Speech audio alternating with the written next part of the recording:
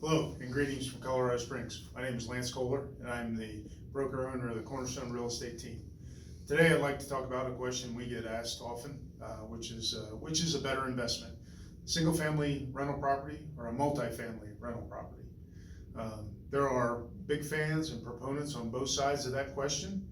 We work with investors that are focused on adding multifamily properties to their portfolio, and we also work with investors that are focused on adding single-family rentals to their portfolio. And really, I think whether one's better for you or the other comes down to what your goals are. What's your investment plan? Are your goals to own 100 units at some point, or is your goal solely focused on cash flow and the amount of cash flow that you can get out of a property? Does your investment plan include self-management? Do you plan to manage it yourself, or do you plan to hire a professional property manager? What I'd like to talk about today are some points to consider, some things to take into consideration if you're trying to determine whether you want to purchase a single family home as a rental property or a multifamily property as a rental investment. Now, we manage over 400 units in Colorado Springs, and among those, about 2/3 of those are multifamily rentals.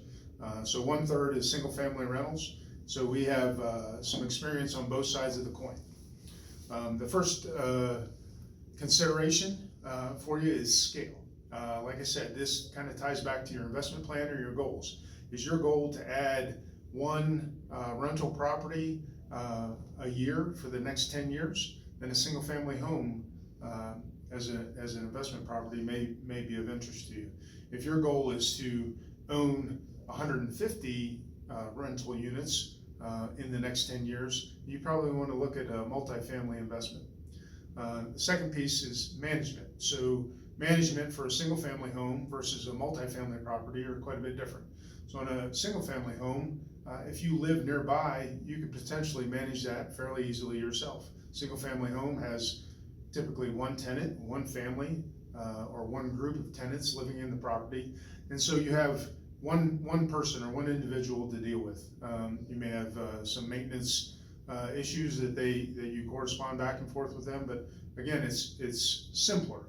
If you're in a multifamily property, it becomes a little bit more challenging, or could become more challenging, because you have a larger number of people living in a smaller amount of space. If you own a fourplex, for example, now you have shared walls and you have shared ceilings and floors. You may have shared utilities. You may have parking issues. You may have issues with who's taking up more of the trash bins, or who's taking up more of the parking spaces, for example. So you have multiple tenants, although they're under one roof, you have multiple tenants, and the potential for conflict is there. Most times, a lot of folks have a professional property management company manage their multifamily properties, and so that may free you up from the self-management or do-it-yourself management and allow you more time to focus on other investments or find your next deal. Another difference between a single family and multifamily rental is the value and how they're sold. So if you own a single family home and it's an investment property for you, and you go to put it on the market, you may sell it to another investor, but the value of that property is going to be dependent on the comparables in your area, in your city, in your town for a similar size home. The value for a multifamily property is typically derived solely on the income that it produces. That's how it's going to be sold. It's less determined by comparable units in the neighborhood, more determined on the income that produces. Now, in that case, in a multifamily property, you have more potential to increase the value of your property. If you bought a property and you were able to increase the income and reduce the expenses, you've just increased the value of your property by increasing the return on investment, or the net operating income. And you can do that in a single family home, but it's not going to drive the value of that single family home up, because again, that home is going to be looked at not only by investors, but typically the larger part of the market would be potential homeowners who are comparing that home to the rest of the market in the other comparable properties in your area. Another point to consider is vacancy. So if you own a single family home rental and it's vacant, you're at 100% vacancy. If you own a fourplex, for example, a multifamily property, and one of those units is vacant, you still have 75% of the units providing you income.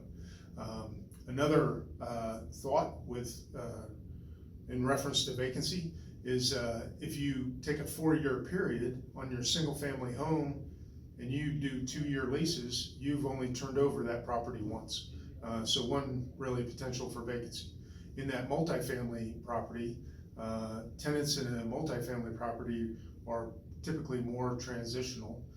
So you may turn over each of those 4 units in that 4-year period, some of them more than once.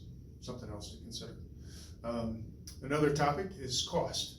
So right now, it requires less capital. It's cheaper to get into a single family home than it is to a multifamily property, an apartment building.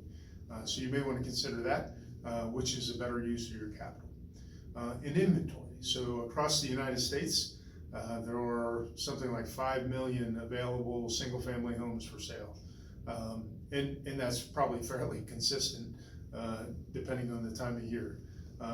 Less inventory for an apartment complex or a multifamily property.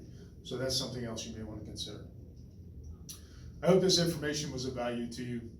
We post educational articles for do-it-yourself landlords, independent rental owners, and investors on our social media accounts on a regular basis. So if you like this, please like and follow us on our Facebook, Instagram, and Twitter pages. Here at Cornerstone Real Estate Team, we are veterans continuing to serve.